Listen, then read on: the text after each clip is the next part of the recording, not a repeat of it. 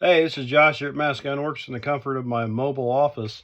I had a fun issue with Glock pistol I've been working on for a customer pop-up. He wanted to do a Glock 17 based custom build.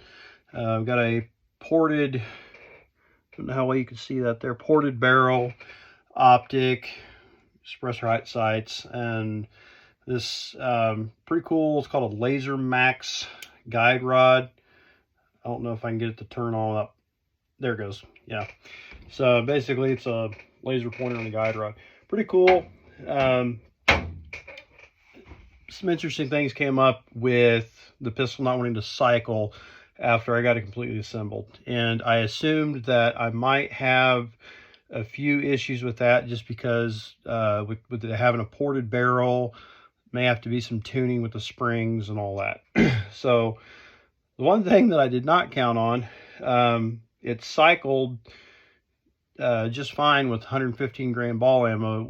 And by that I mean it would fire, eject, and then pick up the next round out of the magazine, but it would not go into battery. And I did some reading on some forums. They suggested checking things like dropping all the parts out of the slide. Excuse me.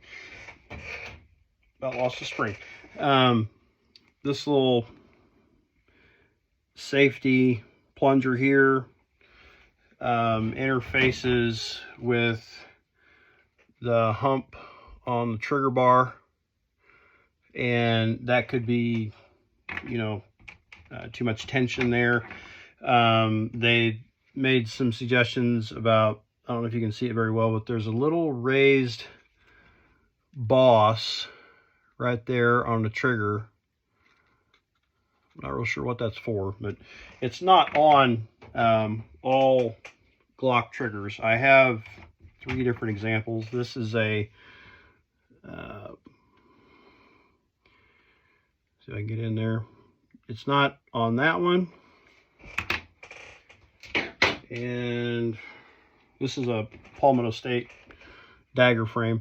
It is on this one, but the dimple is about half the size of what it was on this is a Timney trigger setup. I guess I should say that first of all.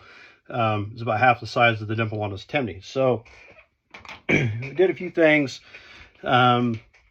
I was getting pretty annoyed by it. It wouldn't go back into battery. So thinking, man, is the recoil spring too strong or not strong enough? It wouldn't make any sense for it to be too strong. Was it not strong enough? What's the hold up here? So I took a magic marker and I put marker on the metal rail pieces here, on the trigger hump, on the ejector, because that was another thing that could be causing wear.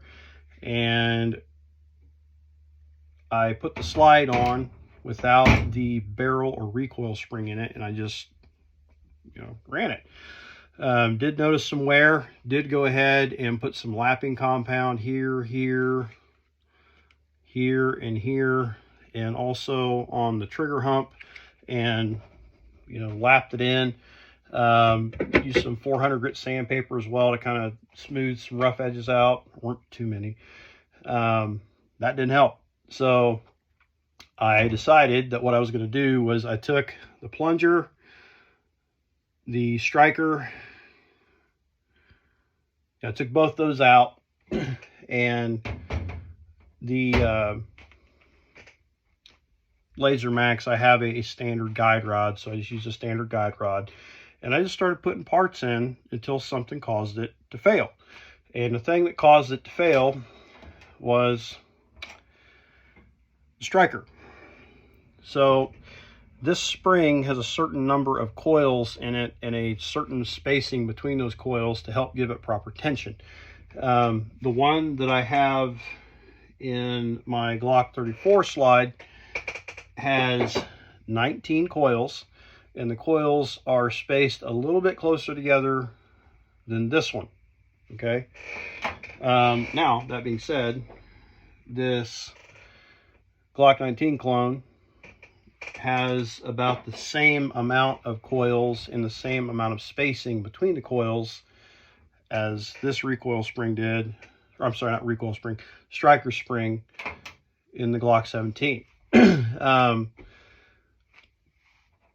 So I thought, okay, let's do some testing. So I took the striker out of this,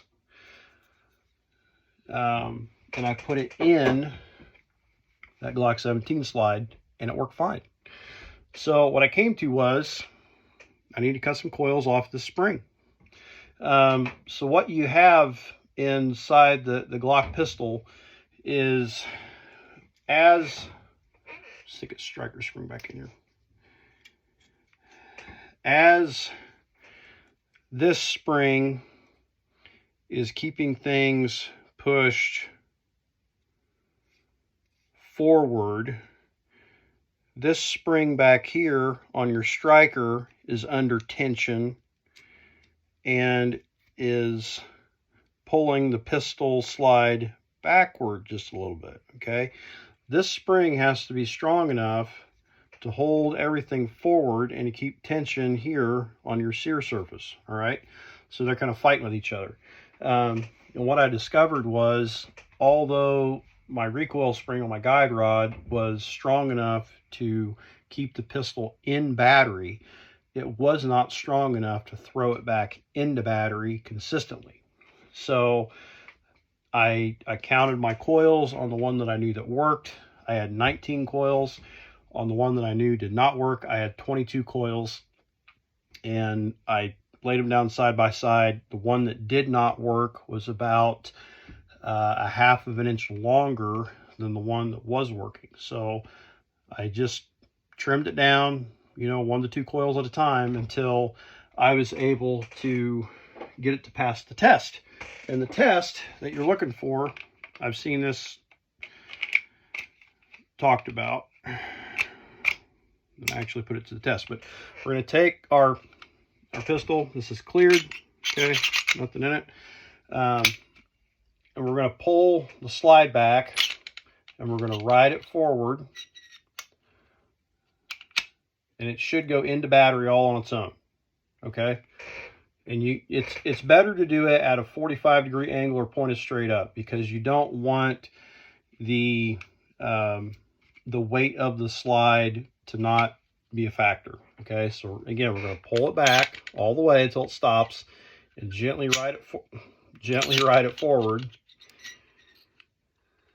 and it should go into battery on its own. If it does that, you have adequate tension on your recoil spring, and you also have adequate tension on your striker spring, but not so much that it's going to prevent the pistol from going into battery. So just some things I ran across today while I was trying to get a job finished up. As an aside, one thing I have noticed with these ported barrels is I like them. I mean, they're great with recoil mitigation.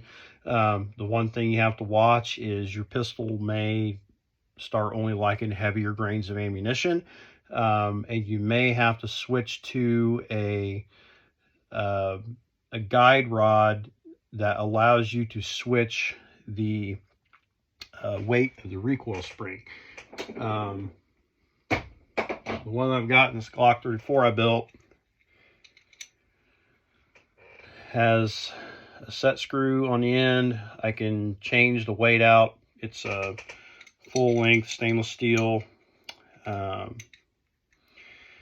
got a 15-pound in here right now.